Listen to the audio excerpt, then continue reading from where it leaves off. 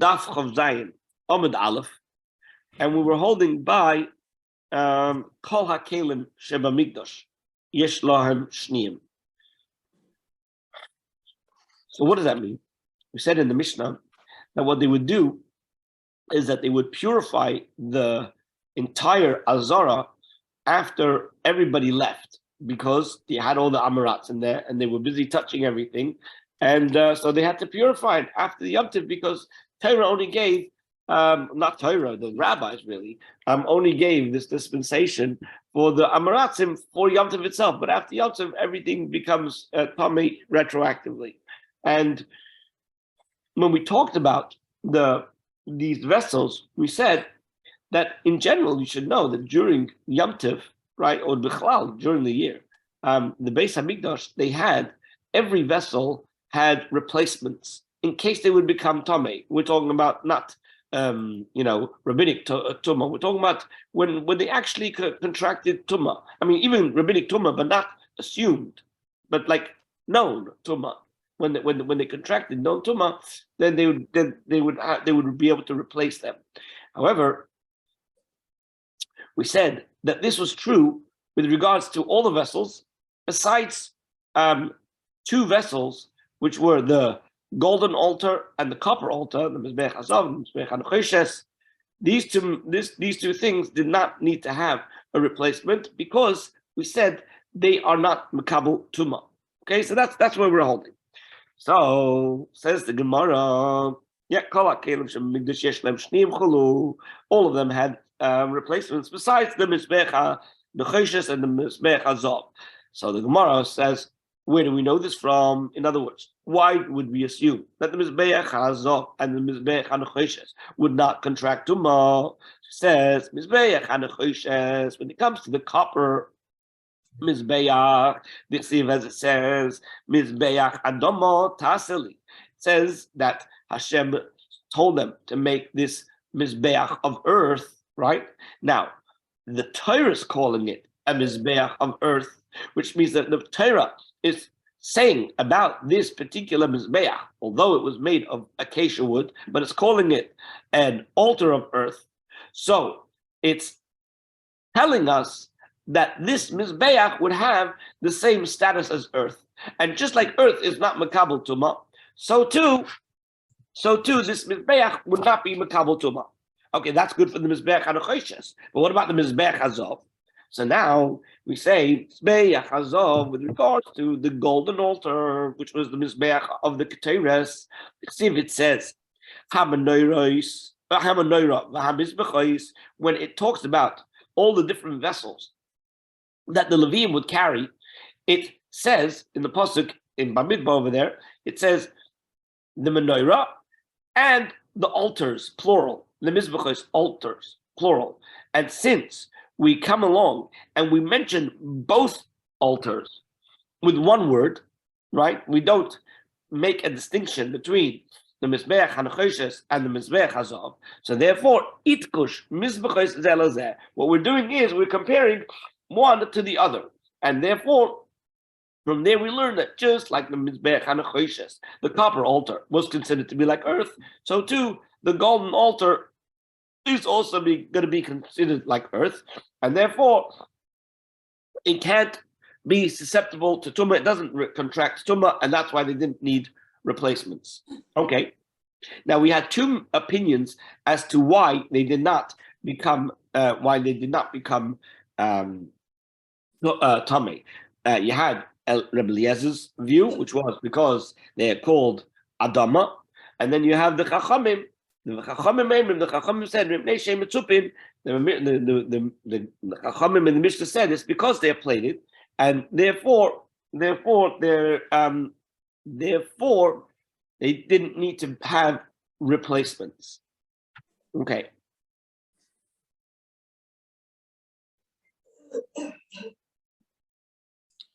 In other words, the Gemara is assuming, right, that the Chachamim and Rebbe Eliezer both agree that what? That the Mizbeach, both of the Mizbeach Hanachoshes and the Mizbeach Hazav, cannot acquire Tumah. Okay, so frag the Gemara, Adarabba, from what you're saying, that the Chachamim say that because they are covered, they're plated, right, with gold or with copper, that's why they're not Makabel Tumah. That doesn't make sense. It would seem to be the exact opposite. Given the Mesupin, since they are plated, given the Mesupin Minu, since they are plated, Mitamu, that's the very reason why they should become Tomei. In other words, metal definitely does contract Tumah. When you come along and you tell me that there's that it's, let's say, wood, right? And the wood, we say, either is stationary, and therefore it's not Makabel Tumah. Or you come along and say, because the Pasuk says that Mizbeach Adama, and therefore the Torah is calling it Adama, earth, and earth doesn't contract Tumah. Therefore, the state of the Mizbeach remains the same. That's a good answer. Why not? Why you wouldn't have to replace it or immerse it into the mikvah? But when you, the Chachamim, are saying that it's because they are plated, that would be the reason that they should become Tameh. And so therefore, why would the Chachamim give this as the reason that they cannot become Tameh? So, and for the Gemara, Eimal, let us say, and let's change the way we're understanding what the Chachamim are saying. The Chachamim are saying, Rabbanan le Rebbe Eliezer ka'amri. This is what the Chachamim are saying to Rebbe Eliezer. They're saying to Rebbe Eliezer, Ma daitech. What's your reasoning? What's your reasoning for saying that the reason why they're not Tameh is because the pasuk tells me that they're considered a mizbeach of Adama, of earth. Why are you telling me that? You're telling me that, in other words, what the Gemara is saying is like this: the Chachamim are turning around to Rebbe Eliezer and saying, "We're trying to understand your reasoning." Seemingly, had you been quiet and not said anything, right, not mentioned the verse at all, we would assume that since this mizbeach is made out of wood and it's stationary, therefore it's not Makabel Tumah, end of story.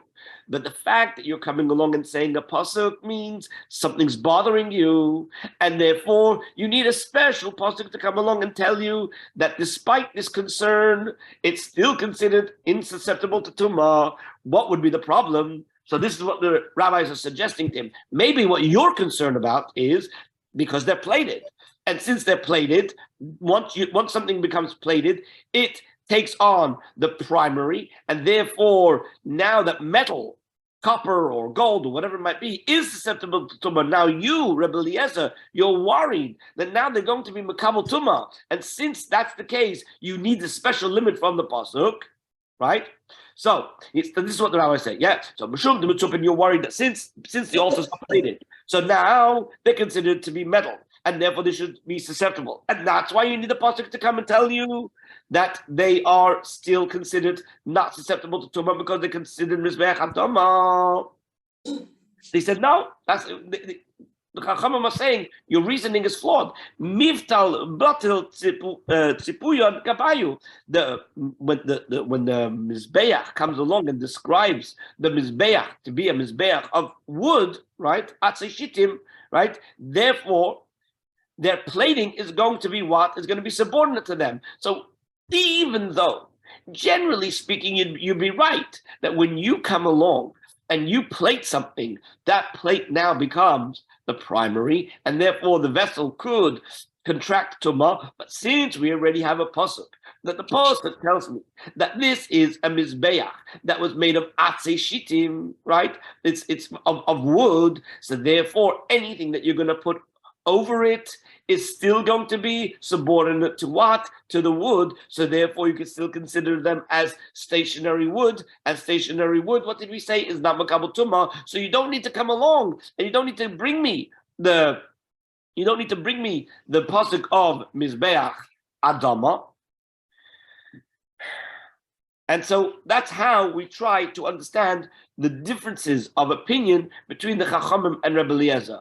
Not that the Chachamim are saying that the reason why it's not susceptible is because it's mitzupim, but rather it's telling him that they're the ones turning around to Rebbe Eliezer and saying your concern of mitzupim should not be a real concern because the pasuk still refers to these mizbeach, this mizbeach as being made of atzei shittim. Okay, that's the end of that shtickle Gemara. Any questions before we get to the last part of this Gemara? All right. Now that we've discussed the plating of the Mizbeach, right? So the plating was a thin plating of gold, which Bichlal was a miraculous thing. What was so miraculous about having gold plating on a Mizbeach? What did you put on the Mizbeach? You put fire on the Mizbeach. You burned things on the Mizbeach. And nevertheless, despite the gold plating being a thin plating, nevertheless, there was a miracle that transpired in the Beis Hamikdash. In that, the Mizbeach, the gold of the plate of the Mizbeach, was never reduced. It never lost. It never melted away because of all the fire that was a nest. So based on that, we're going to bring statements about other things that the fire will not have any control over it and not burn it. Amar Rebbe Abahu, Amar Rebbe Eliezer, Amar Rebbe Loza. Rebbe Abahu said in the name of Rebbe Loza, Tamidei Chachamim, Ein Ur Shel Gehinnom Sheletet Behem. The Torah scholars, the fire of Gehinnom does not rule over them. Kal v'chayme misalamandra. This is a kal v'chayme from the salamandra. What was the salamandra? The salamandra was this particular,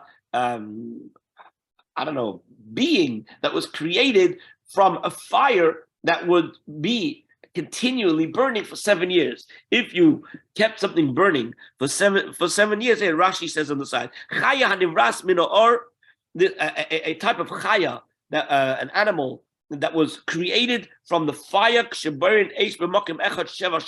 When you burn when you have a fire kindled for 7 years, Talmud believes it continuously without any interruptions. Then all of a sudden you create this chaya called the salamander. Don't try this at home. But anyway, so we have this. So we have the salamandra, and what do we say about the salamandra? We say like this: Oma salamandra. If in the case of the salamander, which is only the offspring of a fire, it was created from a fire, what do we say about it? If somebody smears himself with the blood of this salamandra, then the fire cannot burn him, cannot rule over him. So that's with something that you smear the blood of it over you and you get protected from the fire. And this was something that was created from a fire. Talmidei Chachamim, when we talk about the Torah scholars themselves, their entire bodies are of fires, right? As the Maharsha says, that it means that this transforms them, that their whole inner being is one of fire.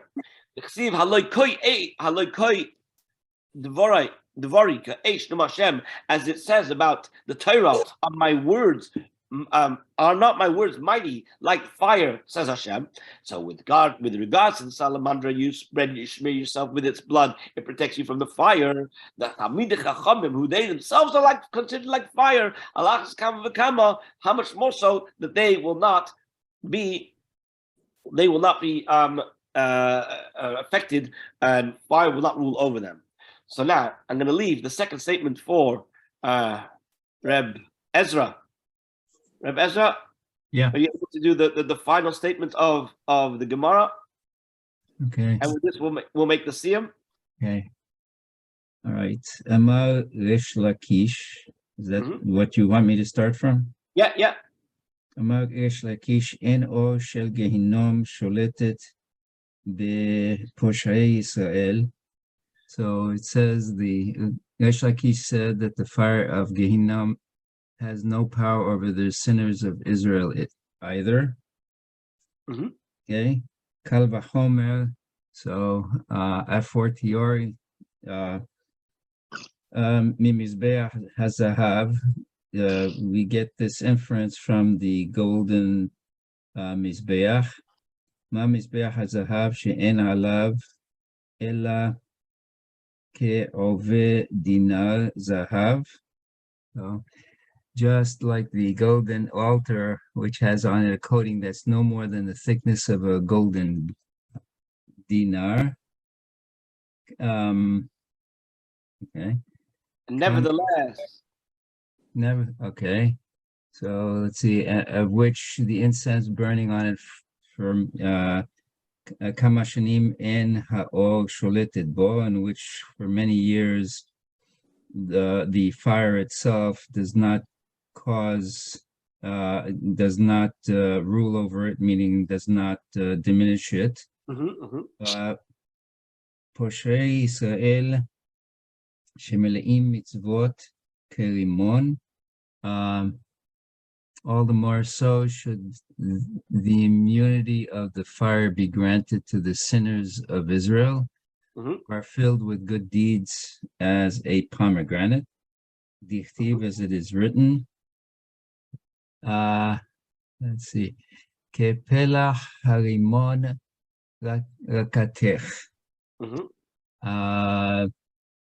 Your temples, which is the word rakatech, are like a pomegranate split open. A section of the pomegranate. Okay. So we say on that there's a limud. Don't read it. Al tikre rakatech ela rekanin shebach. Do not read it as rakatech, rather you should read it as rekanim shebach. Rekanim, which means empty ones that are within it, meaning the empty, worthless people among you. Al ahad kama vekama, and it's and all the more so, even these people are full of good deeds, as the pomegranate are full of seeds. And so again, probably it means that, you know, even their good deeds will save them from the fires of Gehenna. They won't be completely destroyed by the fire. They'll be cleansed by the fire, but they will never be completely destroyed by the fire. Is that what you want? Hadran Allah. Okay, so first of all, let me find my, here it is.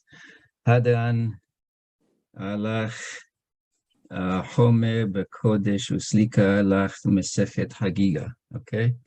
Hadran Allah Mesechet Chagiga V'Hadrach Alan Dartach Alan Mesechet Chagiga V'Dartach Alan Lo Nitnashe Minach Mesechet Chagiga V'Lo Nitnashe Minan Lo Ba'alma Hadin V'Lo Ba'alma De'ati. Hadrach Alan Mesechet Chagiga Hadrach Alan Dartach Alan Mesechet Chagiga Dartach Alan Lo Mitnashe Minach Mesechet Chagiga V'Lo Mitnashe Minan Lo Ba'alma Hadin V'Lo Ba'alma De'ati. Yehi Ratzono Lefanecha Adonai Eloheinu V'Le'avotenu Sheteheh Toratecha Umanotenu Ba'olam Hazeh V'teheh Imanu Le'olam Haba. Hanina bar Papa, Rami bar Papa, Nachman bar Papa, Achai bar Papa, Abba Mari bar Papa, Rafram bar Papa, Rachish bar Papa, Soha bar Papa, Ada bar Papa, Daru bar Papa. הערב נא אדוני אלוהינו את דברי תורתך מפינו מפיות עמך בית ישראל, ונהיה כולנו אנחנו וצאצאינו וצאצאי עמך בית ישראל, כולנו דעי שמך ולומדי תורתך. מאויבי תחכמני, ממצוותיך כי לעולם היא לי. יהי ליבי תמים בחוקיך ובחוקיך למען לא אבוש. לעולם לא אשכח פקודיך כי בם חייתני. ברוך אתה אדוני למדני חוקיך, אמן אמן אמן סלע ועד. מודים אנחנו לך לפניך אדוני אלוהינו ואלוהי אבותינו, ששמת חלקנו מיושבי בית המדרש ולא שמת חלקנו מיושבי קרנות, שאנו משכימים והם משכימים, אנו משכימים לדברי תורה והם משכימים לדברים בטלים. אנו עמלים והם עמלים, אנו עמלים ומקבלים שכר, והם עמלים ואינם מקבלים שכר. אנו רצים והם רצים, אנו רצים לחיי עולם הבא, והם רצים לבאר שחת. שנאמר, ואתה אלוהים תורידם לבאר שחת אנשי דמים, ומרמה לא יחצו ימיהם ואני אפתח בך. יהי רצון לפניך אדוני אלוהי, כשם שעזרתני לסיים מסכת חגיגה, כן תעזרנו להתחיל במסכתות וספרים אחרים, ולסיימם וללמוד וללמד ולשמור לעשות ולקיים את כל דברי תלמוד תורתך. באהבה וזכות כל התנאים והאמוראים ותלמידי חכמים יעמוד לי. וזרעי שלא תמוש התורה מפי ומפי זרעי וזרע זרעי עד עולם, ויתקיים בי בהתהלכה תנחה אותך בשוכבך תשמור עלי, והקיצות היא תשיחך. כי בי ירבו ימיך ויוסיפו לך שנות חיים אורך ימים ממנו, בשמאלו עושר וכבוד. אדוני יעוז לעמו ייתן, אדוני יברך את עמו בשלום. Now, if we were in shul, this is the time you would say the special kaddish. That's right. For completing the Masechta. And that I'm going to leave to you, Ben, when you do the completion in your shul. Thank you. Thank you.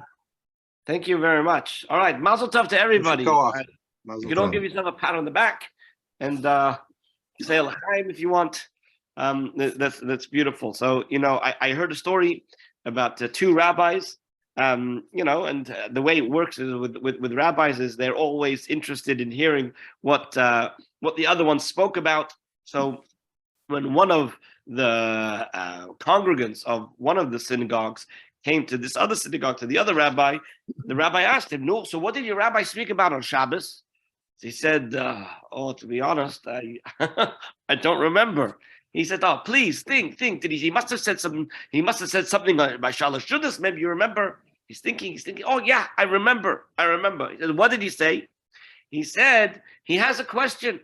What's the question? He says at the end of Maseches Chagiga, right? It says over there that afilu poishe Yisrael meleim mitzvos kariman, that even the sinners of Israel are filled with mitzvahs like a pomegranate. So he says, my question is, if they're Poishe Yisrael, how could they be filled with mitzvahs like a pomegranate? How does that make sense? To which the other rabbi says, I have the same question, just the other way around. If they're filled with mitzvahs like a pomegranate, how could you call them Poishe Yisrael? Anyway.